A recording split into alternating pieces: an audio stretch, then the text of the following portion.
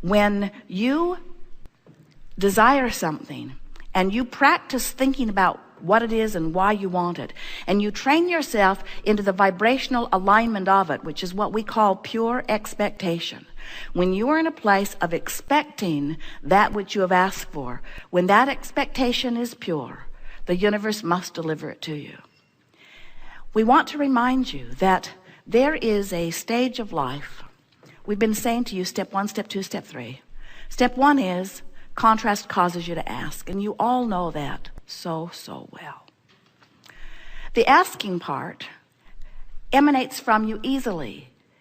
Step 2 is source answers it, but we want to say that to you in a new way for you to hear.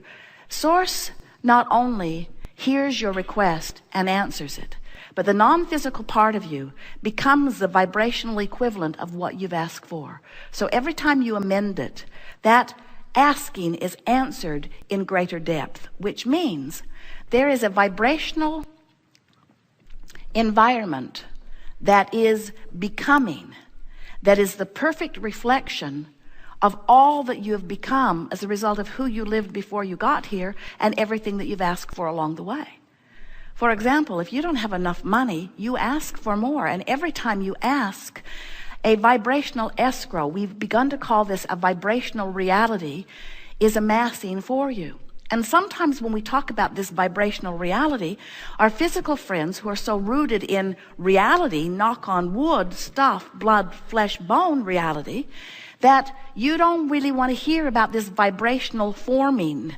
But we want you to know that everything that you see, this earth that spins in its orbit in perfect proximity, everything that you see was a vibrational reality first. And if it were not for the vibrational reality, what you know as the reality that you are now all agreeing upon could not be either. So don't take lightly this vibrational reality, because it is the formation of who you will become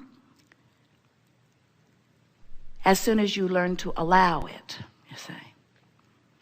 Circumstances and events are being arranged. So this is the way we want you to see this. This is the best description that we can give you, and it is vibrationally accurate in every way. There is no distortion in this story that we are giving you. If you can wrap your thoughts around this, you will come a long way into understanding the creative genius that you are. So life causes you to ask for something that you don't have. That's why you're asking. In fact, this experience is so annoying to you that you are asking loudly while gritting your teeth. I want it, I want it, I want it. In fact, it's come up often enough that you've asked a lot for this. In that asking, the non-physical part of you embraces the asking. And because the expectation of source knows that being or doing or having is just a matter of asking and not offering a vibration that contradicts it. So when you ask, the source part of you becomes what you have asked for. Then all day, every day, you keep asking, you keep amending. And what we want you to understand is that this source energy becoming, as a result of what you keep asking for, keeps up moment by moment by moment by moment by moment with what you're asking for. So it is accurate to say your life is causing you to cause a formation of the larger part of you having constant expansion. So think about this expansion. Can you feel it? Can you get the sense of this expansion? Can you feel how you in your life is causing this expansion? And here's the thing that we most want you to hear. That expansion is happening whether you know that it is or not. And when you are keeping up with it, with your own personal expectation, then there's no vibrational variance between who you have become and who you're letting yourself be in this moment.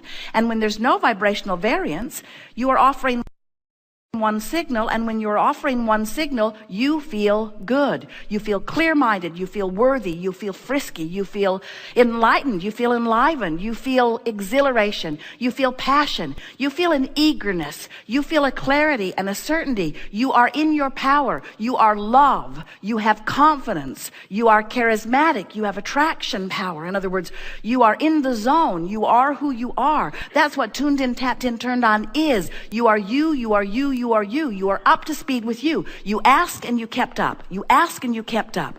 That is life at its fullest and its best. But what about when you ask and the larger part of you becomes, but then you don't believe what you've asked for. You keep pointing out that you don't have it. Where is it? I ask, where is it? Abraham must be nuts. Where's my stuff? I've been asking, where's my stuff? Where's my stuff? I've been asking if I am so worthy, if I am such an extension of source energy, where's my stuff? And here's what we want you to understand. It is amassing vibrationally, and it is as real as anything that you know is reality. And these are the words that we want you to always remember if you are inclined to follow this train of thought.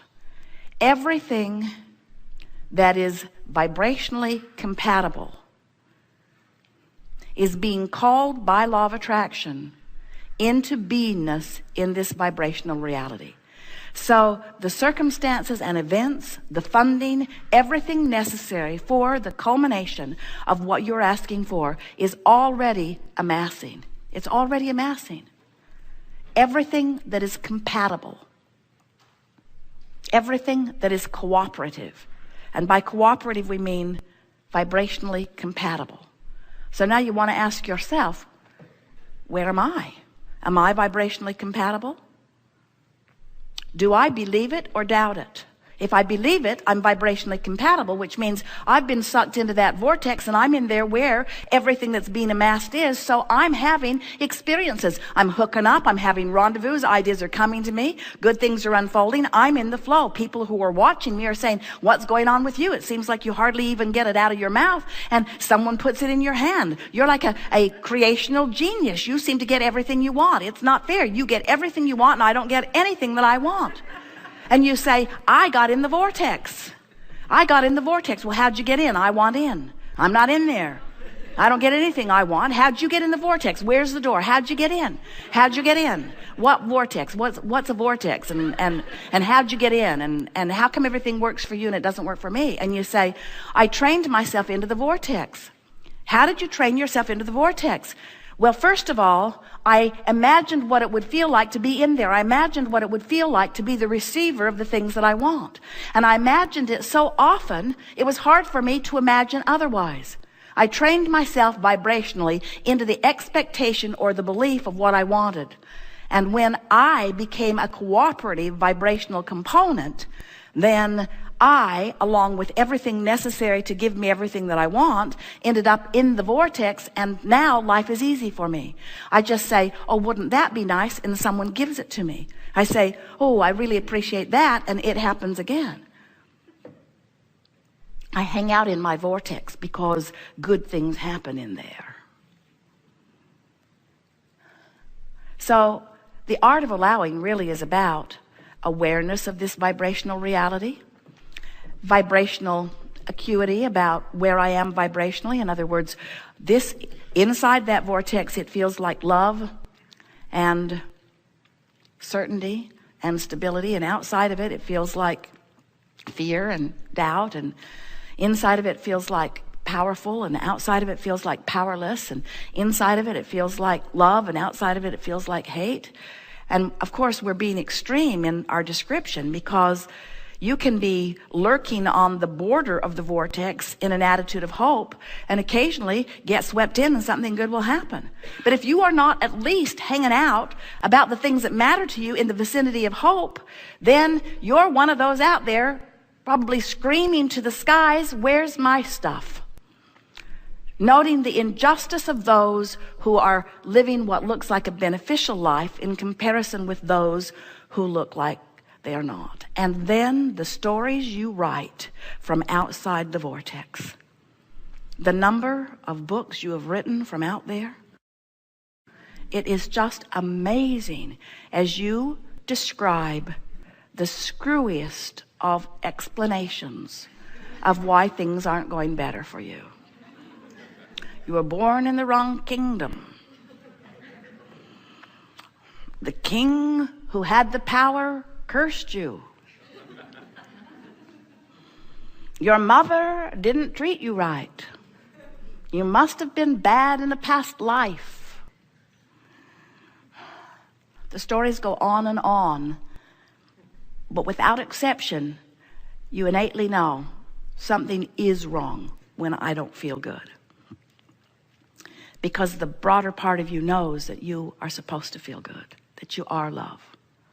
So when you find someone who disobeys you or disappoints you or deliberately defies you or just is so disconnected that they just seem to take delight in making your life worse. When you find someone like that and you give your attention to them in a way that brings you outside the vortex, we can see how in time you would lose your sense of power, because it feels like if they'd stop doing that, you'd stop having that response. So then as people, you get pretty good at attempting the impossible. You try to control the conditions so that you can feel better. And we want you to leave this gathering with this new freedom flowing through you, with a new lilt in your step and lightness in your heart and smile on your face and twinkle in your eyes. We want you to return to the knowledge that not one other person on the planet or not one other circumstance on the planet has to change at all in order for you to get in the vortex. And when you get that your singular job now, you see, life has inspired you to put things in that vortex. You have put enough there to keep you busy for 20 or 30 lifetimes. You don't need to keep seeking out more contrast in order to expand. You've expanded way beyond anything you planned for this one lifetime. We're not kidding you. You have done your step one. You will probably continue to do step one, but you have done step one. Step two has been done too. The amassing, the assimilating, the bringing together, the culminating, the lining up of circumstances and events. It's done too. It's done, it's done, it's done, it's done, it's done, it's done, it's done, it's done, it's done. If you would let 100% of your attention and emphasis be, for the rest of the days of your life, be, get in the vortex, get in the vortex, get in the vortex. In other words, nothing matters other than the way I feel. And the way I feel is dependent upon the thoughts I think. And I can think my way into closer and closer proximity of the vortex. If I'm doubtful, I can be wishful, and wishful is better than doubtful. If I'm wishful, I can be hopeful, and hopeful is better than wishful. If I'm knowing or believing, that's better than hoping. In other words, you can train yourself bit by bit into the vortex, into the vortex, into the vortex. You have to do the work to bring yourself into the releasing of resistance and into the raising of allowance. In other words, nothing is more important than that you feel good.